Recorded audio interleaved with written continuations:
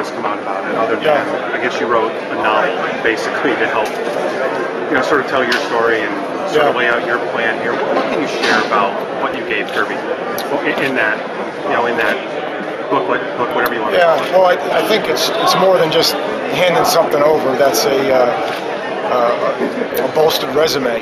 It's really my life's work. It's 10 to 12 years of exactly how I'm going to operate, and it doesn't matter whether it's academics or the way we run our meetings or the type of student athletes we want to recruit. It's laid out, and it's something that's important to me. And obviously, when you have a plan, you can improve it because you can refine it constantly, and that's something that we've done. We've honed it over years, and it's served us well. So it was just a plan, obviously, to move the University of Miami football program forward and get back to national prominence. You've talked to other schools before, of course, we all know that. What was the process for you from Monday to Sunday? What's that angst like, waiting and wondering if this is really going to happen? All I can tell you is that I've had opportunities to leave, and I've had opportunities to interview, and to me, I was looking for a destination job. I wasn't looking to take a job, and there's so many in the business and the media, to be honest with you, in your business, that say you have to take a certain other job before you get another job, and I just felt like I was getting the type of interviews based on where we started at Temple and what we had created, that I didn't have to take that step, and I could just be patient. And obviously, when this opening came, it was something that I zeroed in on. It was something that my wife supported, and something I really wanted. And to me, it's like a dream come true. And yesterday was your parents' anniversary? Yeah, 50th anniversary. So it was one of those deals where nobody knew, and as soon as I left, it was on the ticker, so I didn't even get home, and then all hell broke loose, as you can imagine. So, and then everybody wanted to know why I didn't tell them. So, but no, I'm very blessed. Great parents, great family, and a wonderful day for us. Take us through the next 24, 48 hours. What you think life will be like for you as you start getting the ground running? Well, it can't get much faster than it is right now. So hopefully, it will just, it's going to be hectic. But I think if we could. Just settle and evaluate where we are from a recruiting standpoint, only because that's time sensitive. We run out of days here soon. 4 days, we run out of time. So we have to get a jump on that. I'm going to certainly meet with Coach Stoutland in the morning and get an assessment of where we're at right now, and then start to evaluate personnel on the practice field. Now, I understand they're not practicing tomorrow, but it's going to be really important that once they start practicing that I see every player, and also at the same time concurrently look at the coaches. Coach, it's a different challenge here, but from your Temple challenge, what can you take from that, from taking a team that's 0-11 to where it was now? I think the same things apply. You're just trying to go from 7 wins to 12 or 13 or 14 wins now. So I think the same things apply. Obviously, the brand image here is incredibly strong. You'll get a lot of kids that want to be a part of a tremendous university in a great setting, and obviously one that has a strong alumni. So we'll still recruit the same way we always recruit. We'll still be relentless, and we'll still make sure that we get to know the families and all that. But I think from a football standpoint, it's a different jumping off point, certainly, and we're going to apply a lot of the same discipline, a lot of the same core values. Coach, selling the Miami brand compared to what you had to go through at Temple? Like I always say, because I've worked at Virginia and Penn State and Boston College, and certainly I have friends that coach at Texas or Michigan or SC or whatever, and I always say to them when I see them, I said, try to take that brand off and see if you're a good recruiter. And I think that's what we proved there. We in our first year at the University of Virginia, we had 5 weeks to recruit, and we ended up recruiting 5 guys that made NFL rosters this past year. So I think we're not cookie cutter from a recruiting standpoint. We don't worry about what the recruiting rankings are. We want to find guys that match our core values and match our system. and recruit the heck out of them, and so that's what we're going to do. Hey, Coach. Hey, wait. Let me just say hi. Folks, I flew all night, man, to get here. I want to go home and get some sleep. I wanted to see how long. Appreciate it. How you doing? Thank you very much. Yeah, Jason and John Gary. Thanks for friends of mine. We grew up in Monmouth County together. Oh, yeah, Jason. Yeah, he's doing a good job. I'm very proud of him. Yeah. Very proud. Thanks so much for coming out. It means a lot. Thank you for what you said. Yeah, I want you guys back. Please. I'll reach out. Okay. You got to do your Stop by anytime. I'm going to come by and call it. So I'll talk to you when there are less microphones in them. So what do you know about microphones? You guys do well. Thanks, Mike. See you later. Appreciate it. Coach, I was just going to ask you. Congratulations. Thank you. Appreciate Thanks for understanding how much you mean. Yep, got it. Thank you, man. Appreciate it. I was just going to ask you about the contact you've had with any former players. Aside from that moment right there, has anybody else reached out to you? What have they said? Well, I mean, I just got the job, so I'm going to work on that. But obviously there was 6 or 7 here tonight, and I think some more came in, so it was nice. Obviously, I played against Lamar and Darren, and I haven't seen Michael yet, Navarro, and those guys, but had a chance to see some of those guys, so it was nice. And I just think they want to be a part of it. That's part of the legacy here at the University of Miami is, it's PCP, it's players coaching players. And it's not just a senior coach and a freshman. It's somebody that's getting ready for the NFL draft or somebody that's coming back that shows you how it's done, and we want to make sure that we embrace that and don't push it to the side. How tough was last night's meeting for you? It was tough. It's tough for any coach. For any coach that builds a program, it's tough.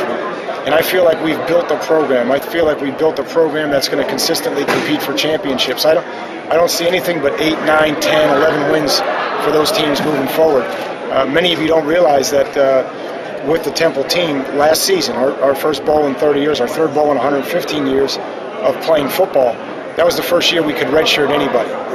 So the pipeline is in there now. We couldn't redshirt anybody for 3 years because we didn't have any numbers. So we redshirted that class, we redshirted this class for them, and obviously those kids appreciate the effort that we gave them, and they meant a lot to us as well. Do you know much about, other than recruiting out here, do you know much about Florida, South Florida?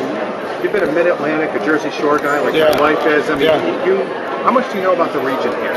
Well, my parents live in Naples for half the year, so I do visit down here. I know that's the West Coast, but certainly there's incredible talent down here, incredible high school coachings and programs and passion for the game, and that's what we got to tap into. We got to get back to doing that, and then supplement that with some kids from up north that have our core values and can help us. So you talked about recruiting up in the Northeast. How do you get those recruits to understand the brand of the U that you want to? They do. It's a strong, like I said earlier, it's the strongest brand in college football. It's the most recognizable brand in college football, and everybody knows what the U is, and everybody knows what the University of Miami is about. What some of the kids in the North may not know is that it's the 47th best university in the country. It's number 1 in the state of Florida. Many of them may not know that quite as readily as they know about the football part of it. So we'll educate them on that, and many of them may think that it's in the city, that it's in downtown Miami, and we'll educate them on that they have a chance to have a beautiful campus but have access to a city, and I think that's a great selling point for us, as well as the 12th largest media market in the country. I was talking to the biggest challenge with getting guys on board and kind of trusting your vision, the guys that are on the team now. I think this is, it's a difficult situation right now because it's a unique challenge. They're playing in a bowl game. They're playing in a very meaningful bowl game against a meaningful opponent. And so I think from that standpoint, it's a challenge because there's a staff in place. So I think as soon as the transition takes place, then we can begin to instill our core values, and they'll buy in. They want to win. We got to find the leaders, but they want to win. They want to be. They want to have discipline. They want to play hard. They want to play with energy. They want to play with passion, and we're going to get it out. Hey, Coach, I'm Susan Miller-Degg with Miami Herald. Welcome. Yeah, nice to meet you, Susan. Thanks. I already have been on a radio show today, Penn State, and they're talking about how popular you are there on the North segment, and people are sure that if you have success here within 2 years or whenever Joe Pa leaves, that your name will be mentioned and that you're going to bowl. I mean, can you just address from the University of Miami. This is a destination job, and it's not a job you bolt for. And I told Kirby that. And I'm telling you that, and I'm telling the administration that right now. This is a job where you build a program and you build championships. So the Penn State thing, has that ever been a dream of yours? Listen, you're asking me to comment on Joe Paterno's job. Okay? Gotcha. And that's like talking to Don Corleone, you know what I mean? It's Coach Paterno's job. And Joe knows that we love him. All his former players love him. And we want him to coach there as long as he wants to coach. I had a great opportunity here, and we have a great opportunity to do something special here, and that's what we're going to do. What did you learn in playing for Joe Paterno that's helped you as a coach? A lot. Really, that you can't compartmentalize. Who you are in the community, who you are in the classroom, is who you're going to be on the field. And that you got to be smart, tough, and disciplined to win. Regardless of how athletic you are, regardless of how much talent surrounds you, and how obviously fortunate you are to be in this hotbed of football, that if the team isn't smart, it isn't tough, it isn't disciplined, it isn't better condition, you have no chance. That's the foundation.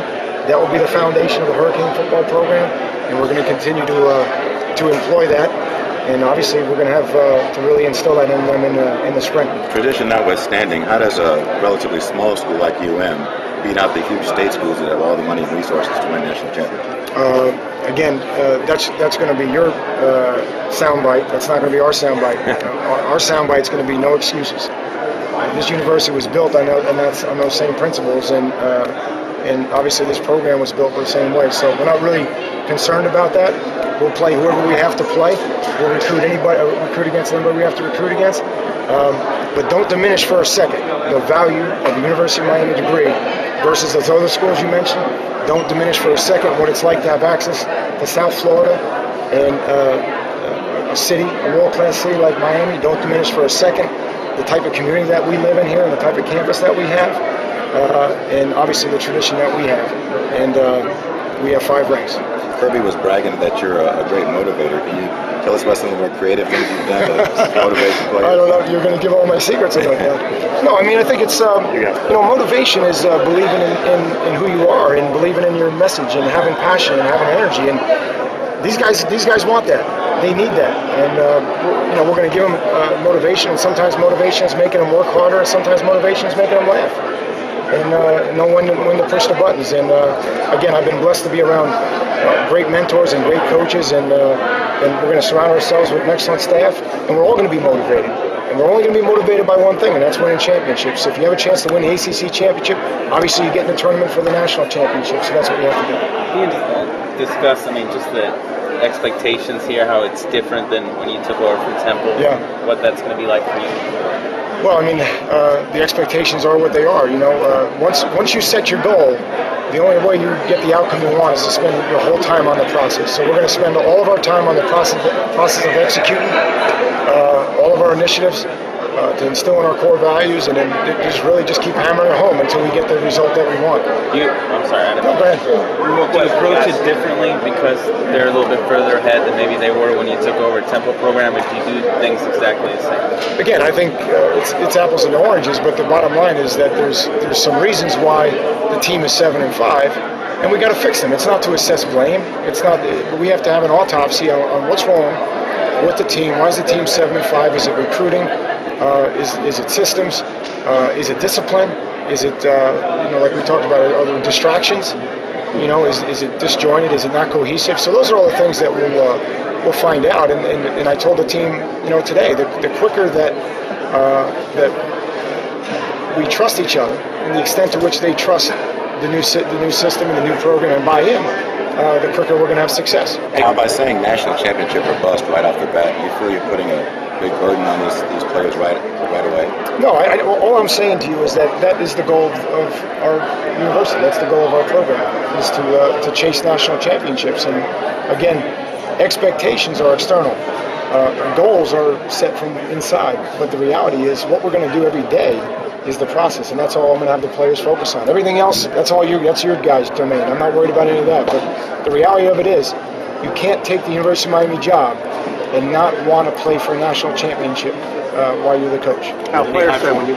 With any high-profile job criticism or rain, what do you do to diffuse any kind of negative criticism surrounding the program? Surrounding the program?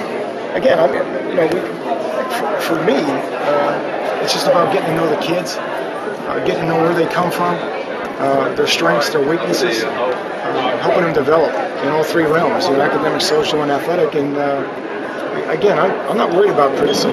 Look, you have to be mentally tough to be a coach, and I took the most mentally tough, most mentally challenging job that you can take in America. So that's prepared me for this, and obviously we're just going to move the program forward. And the number one priority right now is to prepare for the bowl game, finish up well in exams, and get ready to play Notre Dame.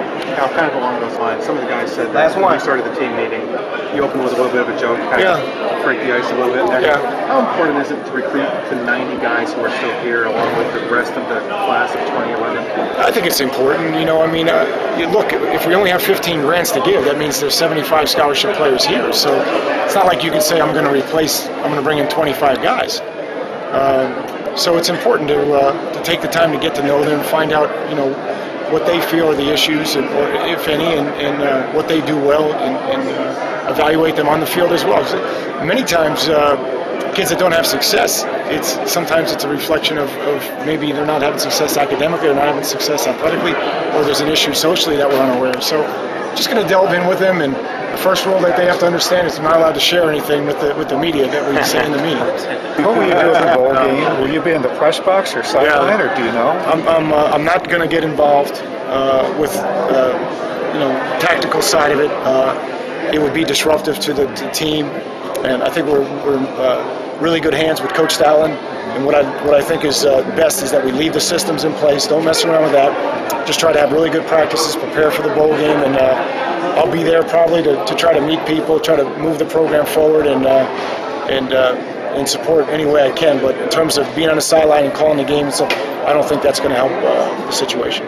Thanks, guys. Thanks, Coach.